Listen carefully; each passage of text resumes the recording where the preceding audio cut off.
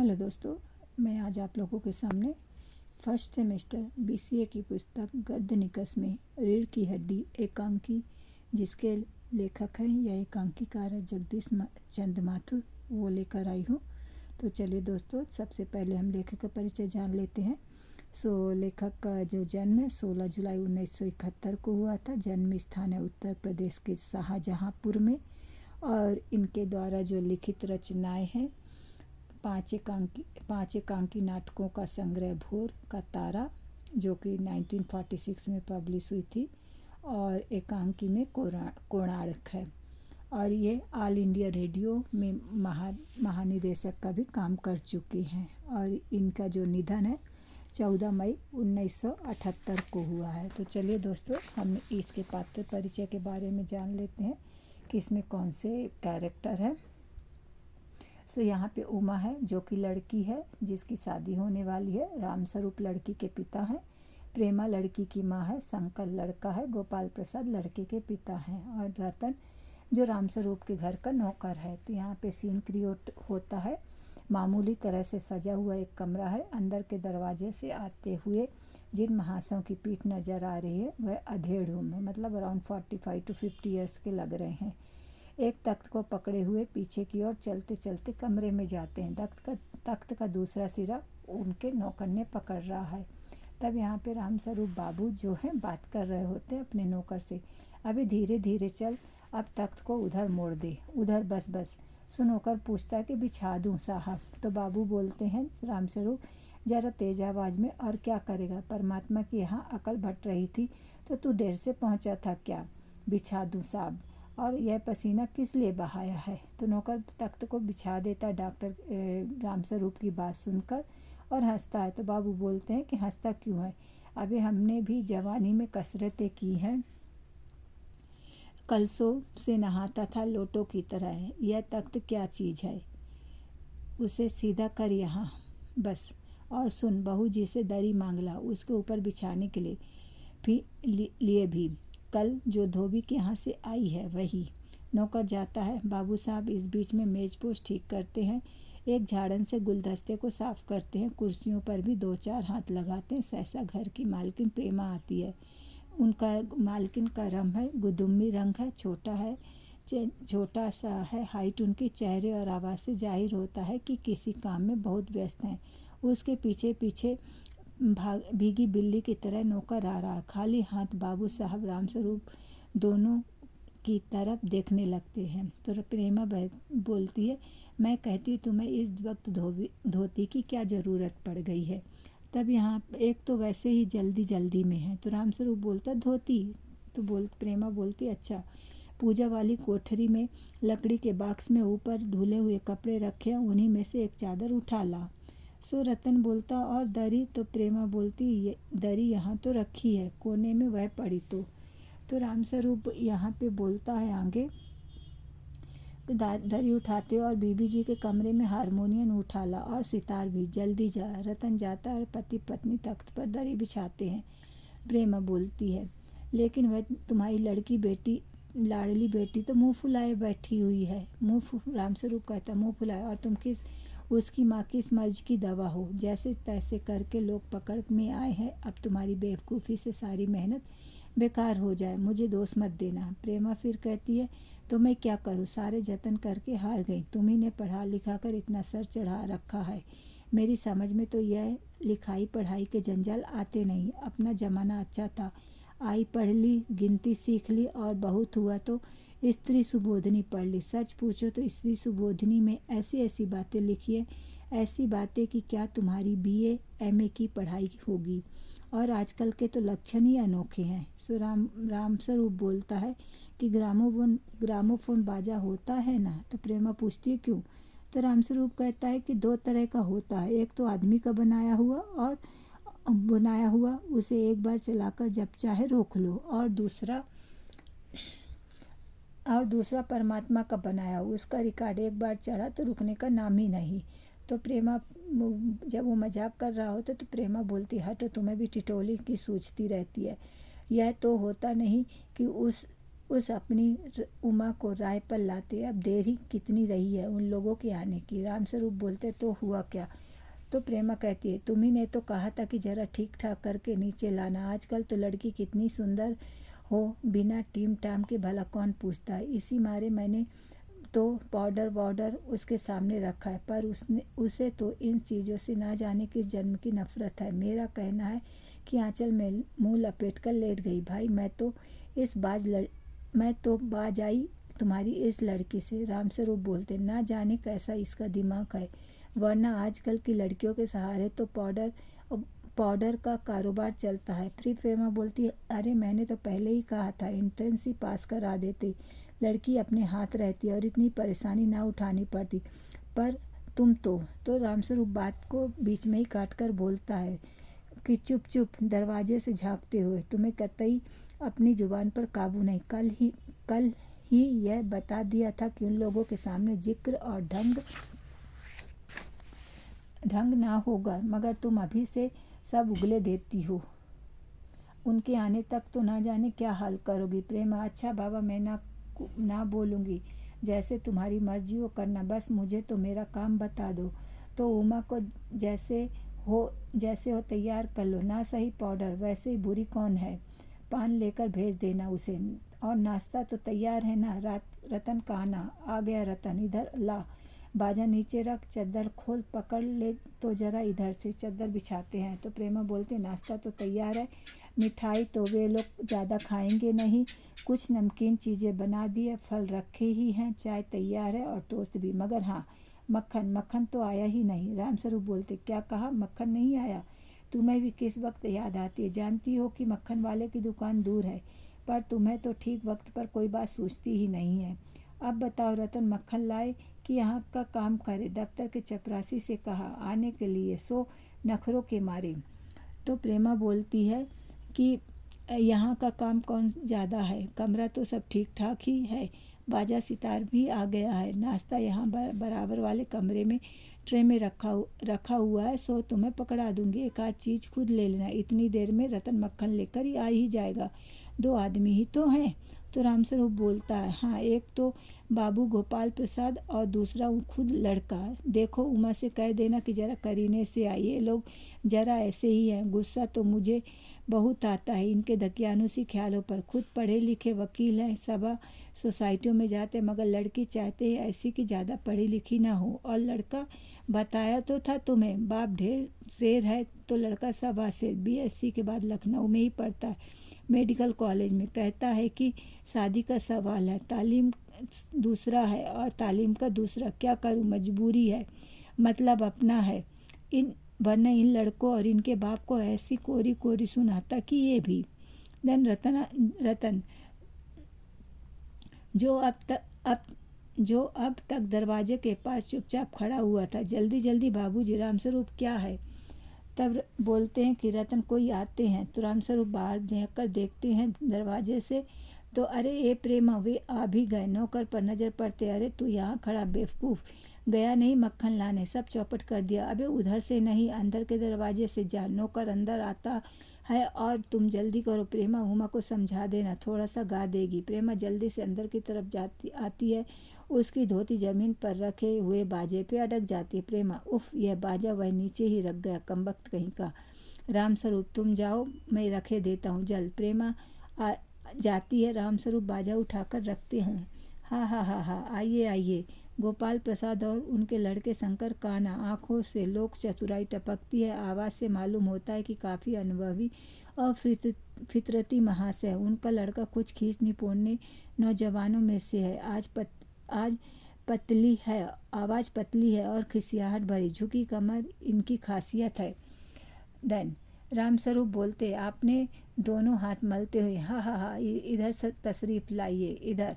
बापू गोपाल प्रसाद उठते हैं, मगर बेत गिर पड़ता है। तो रामस्वरूप बोलते, यह बेत लाइए, मुझे दे दीजिए, मैं कोने में रखे देता हूँ। सब बैठते हैं, हाँ हाँ हाँ हाँ, हु करते हैं। मकान ढूंढने में कुछ तकलीफ तो नहीं हुई? गोपाल प्रसाद खकार कर, नहीं, तांगे वाला जानता था, और फिर हमें तो यहाँ आना ही था, रास्ता मिलता कैसे नहीं। रामस्वरूप हाँ हाँ हाँ करके हंसते हैं, यह तो आपकी बड़ी मेहरबानी है, मैंने आपको तकलीफ़ दे दी। गोपाल प्रसाद, अरे नहीं साहब, जैसा मेरा काम वैसा आपका काम। आखिर लड़के की शादी तो करनी ही है, बल्कि यूँ कहिए कि मैंने आपके लिए खासी तक परेशानी कर दी। रामस्वरूप हा हा हंसते हैं। यह लीजिए, आप तो मुझे कांटों में घसीटने लगे। हम तो आपके हैं, हा हा हा, सेवक ही है, हा हा हा। थोड़ी देर बाद लड़के की ओर मुखातिब होकर, और कहिए शंकर बाबू, कितने दिनों की छुट्टियाँ हैं? जी कॉलेज की छुट्टियाँ नहीं हैं, वीकेंड में चला आया। तो रामस्वरूप बोलते हैं, तो आपके कोर्स ख़त्म होने में तो अब साल भर रहा होगा।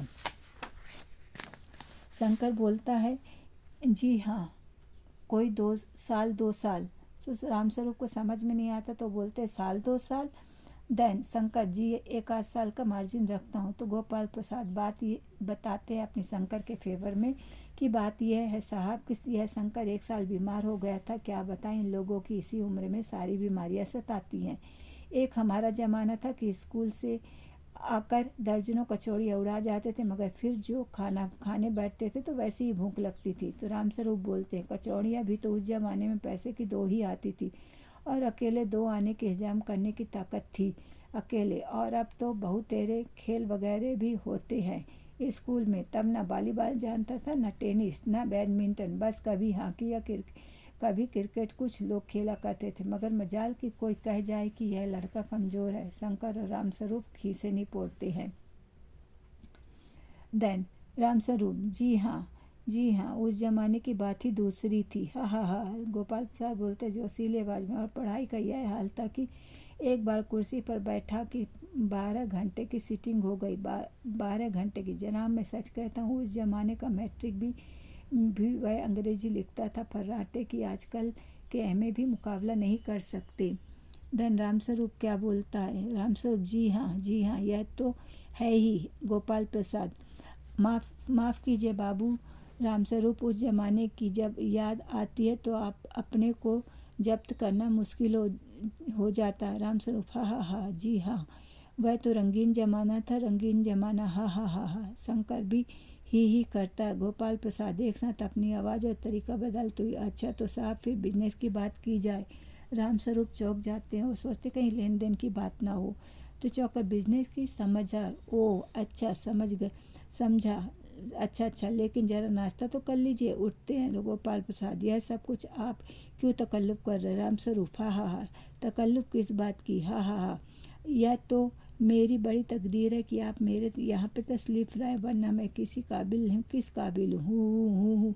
हाँ, माफ़ कीजिएगा, ज़रा भी हाजिर हुआ। अंदर जाते हैं गोपाल प्रसाद। थोड़ी देर बाद दबी आवाज़ में, आदमी तो भला है, मकान से हैसियत से भी बुरी नहीं मालूम होती है। पता चले लड़की कैसी है। तब यहाँ पे शंकर जी कुछ वो थोड़ा सा खखार कर बोलते, इधर उधर देखते। गोपाल प्रसाद, क्यों, क्या हुआ? शंकर, कुछ नहीं। गोपाल प्रसाद, झुक कर क्यों बैठे हो? ब्याह तय करने आए हो या कमर सीधी करके बैठो? तुम्हारे दोस्त ठीक ही कहते कि शंकर को बैकबोन नहीं। इतने में बाबू रामस्वरूप आते हैं, हाथ में चाय की ट्रे लिए मेज पर रख देते हैं। गोपाल प्रसाद, आखिर आप माने नहीं, आपने इतना सारा नाश्ता लेकर आ गए। सो रामस्वरूप बोलते, चाय प्याले में डालती हूँ। हाँ हाँ, आपको विलायती चाय पसंद है या हिंदुस्तानी? तो गोपाल प्रसाद बोलते, नहीं नहीं साहब, मुझे आधा कप दूध और आधा चाय दीजिए, और ज़रा चीनी ज़्यादा डालिएगा। मुझे तो भाई यह नया फैशन पसंद नहीं है। एक तो वैसे ही चाय में पानी काफ़ी होता है, फिर भी चीनी भी नाम के लिए डाली जाए तो जायका क्या रहेगा? रामस्वरूप, हाँ हाँ हाँ, कहते तो आप सही हैं। पहले पकड़ाते हुए शंकर खकार कर, सुना है सरकार अब ज़्यादा चीनी लेने वालों पर टैक्स लगाएगी। तो गोपाल प्रसाद बोलते हैं कि चाय पीते हुए, सरकार जो चाहे सो कर ले, पर अगर आमदनी करनी है तो सरकार को बस एक ही चीज़ पर टैक्स लगाना है। रामस्वरूप शंकर को प्याला पकड़ाते हुए, वह क्या है? तो गोपाल प्रसाद बोलते, खूबसूरती पर टैक्स। रामस्वरूप और गोपाल शंकर हंस पड़ते हैं। मजाक नहीं साहब, यह ऐसा टैक्स है जनाब कि देखने वाले चू भी न करेंगे। बस यह शर्त है कि हर एक औरत पर यह छोड़ दिया जाए कि वह अपनी खूबसूरती स्टैंडर्ड के माफिक अपने ऊपर टैक्स तय कर ले। फिर देखिए सरकार की आमदनी कैसी बढ़ती है। रामस्वरूप जोर से हंसते, वाह वाह, खूब सोचा आपने। वाकई आजकल यह खूबसूरती का सवाल भी बेअदब हो गया है। हम लोगों के ज़माने में तो यह कभी उठता भी ना था। तस्तरी गोपाल की प्रसाद की तरफ बढ़ाते हुए, लीजिए गोपाल प्रसाद समोसा उठाते ही, कभी नहीं साहब, कभी नहीं। रामस्वरूप शंकर को मुखातिब होकर, आपका क्या ख्याल है शंकर बाबू किस मामले में? यही कि शादी तय करने में खूबसूरती का कितना हिस्सा होना चाहिए। देन गोपाल प्रसाद बोलते हैं बीच में ही, यह बात दूसरी है बाबू रामस्वरूप, मैंने आपसे पहले ही कहा था, लड़की का खूबसूरत होना निहायत ज़रूरी है, वह कैसे भी हो, चाहे पाउडर वगैरह लगाए चाहे वैसे ही। बात यह है कि हम आप मान भी जाएं, मगर घर की औरतें तो राजी नहीं होती। आपकी लड़की तो ठीक है ना रामस्वरूप जी? जी हाँ, वह तो अभी आप देख लीजिएगा। गोपाल प्रसाद, देखना क्या है, जब आपने इतनी बातचीत हो चुकी है तब तो वह यह रस्मी समझिए। धन रामस्वरूप बोलते, हाँ हाँ हाँ, यह तो आपका मेरे ऊपर भारी एहसान है। हाँ हाँ हाँ। गोपाल प्रसाद, और जायचा जन्म पत्र तो मिल ही गया होगा? रामस्वरूप जी, जायचे का मिलाना क्या मुश्किल बात है, ठाकुर जी के चरणों में रख दिया था, बस खुद ब खुद मिला हुआ समझिए। गोपाल प्रसाद, यह ठीक किया आपने, यह ठीक कहा आपने, बिल्कुल। थोड़ी देर रुक कर, लेकिन हाँ, यह जो मेरे कानों में भनक पड़ी है, यह तो गलत है ना? रामस्वरूप चौंक कर, यही पढ़ाई लिखाई के बारे में? जी हाँ, हम साफ बात बात है साहब, हमें ज़्यादा पढ़ी लिखी लड़की नहीं चाहिए। मेम साहब तो रखनी नहीं है, कौन भुगतेगा उनके नखरों को? बस बस हद से हद मैट्रिक होनी चाहिए। क्यों शंकर? शंकर, जी हाँ, कोई नौकरी तो करानी नहीं। रामस्वरूप बोलता है, फिर नौकरी का तो कोई सवाल ही नहीं उठता। फिर गोपाल प्रसाद कहते, तो और क्या साहब? देखिए, कुछ लोग मुझसे कहते हैं कि जब आप अपने लड़कों को BA MA तक पढ़वाते हैं तब उनकी बहुएं भी ग्रेजुएट लीजिए। भला पूछे इन अकल के ठेकेदारों से कि क्या लड़कों और लड़कियों में पढ़ाई की बात एक हो सकती है? अरे मर्दों का काम तो है ही पढ़ना और काबिल होना। अगर औरतें भी वही काम करने लगेंगी तो आखिर अखबार पढ़ने लगेंगी, पॉलिटिक्स वगैरह बहस करने लगेंगी, तब तो हो चुकी गृहस्थी। जनाब, मोर के पंख होते हैं, मोरनी के नहीं। शेर के बाल होते हैं, शेरनी के नहीं। तब रामस्वरूप कहते, जी हाँ, मर्द की दाढ़ी होती है, औरत की नहीं। हाँ हाँ हाँ हाँ। शंकर भी हंसता, मगर गोपाल प्रसाद गंभीर है तो गोपाल प्रसाद आगे बोलते हैं, हाँ हाँ हाँ, वह भी सही है। कहने का मतलब यह है कि कुछ बातें दुनिया में ऐसी है जो सिर्फ मर्दों के लिए है, और ऊंची तालीम भी ऐसी एक चीज़ों में से है। तो शंकर बोलते, शंकर से चाय और लीजिए। शंकर बाबू, धन्यवाद, पी चुका हूँ।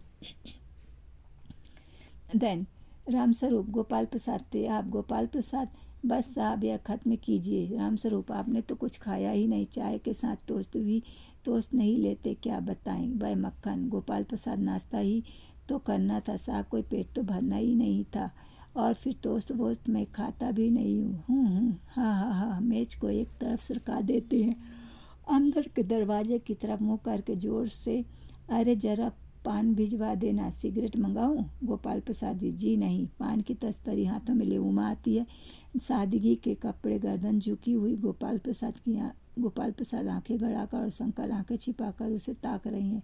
हाँ हाँ हाँ, यह है आपकी लाडली, लाओ बेटी पान मुझे दो। उमा पान की तस्तरी अपने पिता को देती है। उस समय उसका चेहरा ऊपर उठ जाता और नाक पर रखा हुआ सोने की रिम वाला चश्मा दिखता। वह बाप बेटे दोनों चौंक पड़ते हैं। देन गोपाल प्रसाद और शंकर एक साथ चश्मा? तो रामस्वरूप जरा सकपका कर, जी वह तो पिछले महीने में इसकी आंखें दुखने आ गई थी, सो कुछ दिनों के लिए चश्मा लगवाना पड़ा। गोपाल प्रसाद, पढ़ाई वढ़ाई की वजह तो नहीं है? रामस्वरूप, नहीं साहब, वह तो मैंने अर्ज किया ना। हूँ संतुष्ट होकर कोमल स्वर में, बैठो बेटी, बैठ जाओ। रामस्वरूप बोलते, बैठ जाओ। उमा उस तख्ते पर अपने बाजे के पास बैठ जाती है। उमा उठती है तो गोपाल प्रसाद, चाल में तो कुछ खराबी है नहीं, चेहरे पर भी छवि है। हाँ, कुछ गाना बजाना सीखा है? जी हाँ, सितार भी और बाजा भी। सुनाओ तो उमा एकाध गीत सितार के साथ। उमा सितार उठाती है। थोड़ी देर बाद मीरा का मशहूर गीत मेरे तो गिरधर गोपाल दूसरों न कोई गाना शुरू कर देती है। स्वर से जाहिर है कि गाने का अच्छा ज्ञान है। उसके स्वर में तल्लीनता है, यहाँ तक कि उसका मस्तक उठ जाता है। उसकी आंखें शंकर की आंखें से टकराती हैं तो शंकर की आंखें झेपती सी आंखों से मिल जाती है और वह गाते गाते एक साथ रुक जाती है।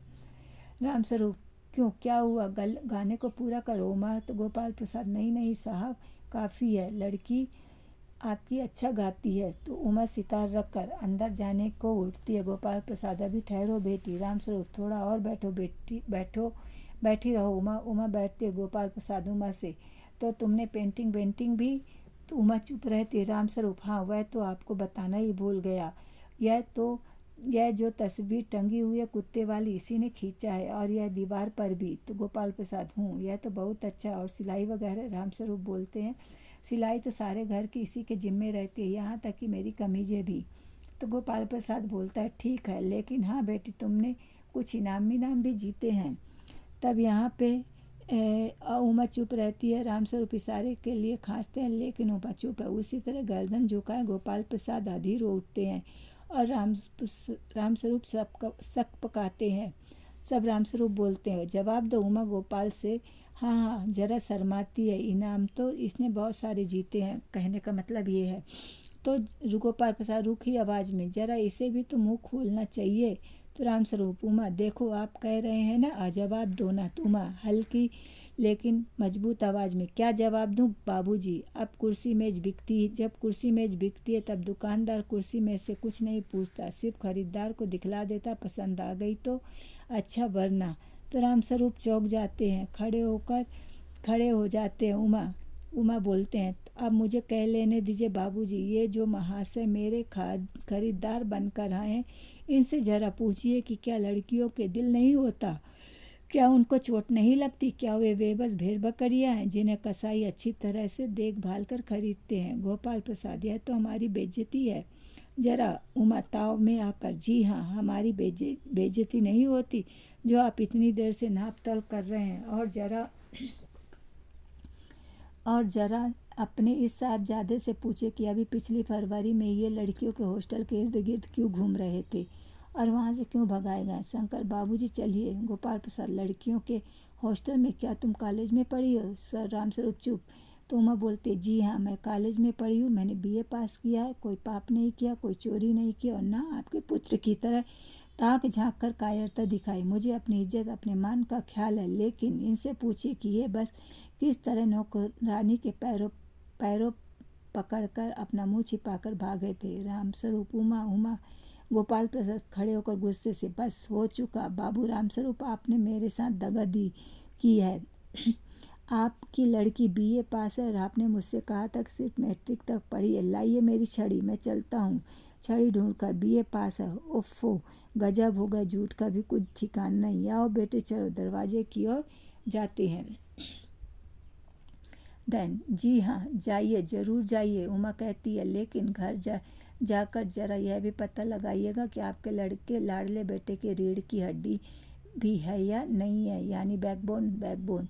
बाबू गोपाल प्रसाद के चेहरे पर बेबसी को गुस्सा है, और उनके लड़के के रुआसापन। दोनों बाहर चले जाते हैं। बाबू रामस्वरूप कुर्सी पर धम्म से बैठ जाते हैं। उमा सहसा चुप हो जाती है, लेकिन उनकी हंसी सिसकियों में तब्दील हो जाती है। प्रेमा का घबराहट की हालत में आना। प्रेमा, उमा रो रही है। यह सुनकर रामस्वरूप खड़े हो जाते। रतन आता है। रतन, बाबूजी, मक्खन। सब रतन की तरफ देखते हैं और पर्दा गिरता है। तो इस तरह से हमें इस एकांकी से लेखक हमें ये समझाने का प्रयास करते हैं कि लड़कियों के भी दिल होते हैं, उनको भी जब कोई लड़का बार बार बहुत सारे क्वेश्चन पूछता है तो उनको भी धक्का लगता है, चोट लगती है। तो इसलिए हम जी कहीं पे भी जाएं उसी हिसाब से सोच समझ कर ही बात करें लड़कियों से। तो दोस्तों, ये कहानी आपको एकांकी कैसी लगी ज़रूर कमेंट्स करिए, लाइक करिए, पर सब्सक्राइब करिए ज़रूर।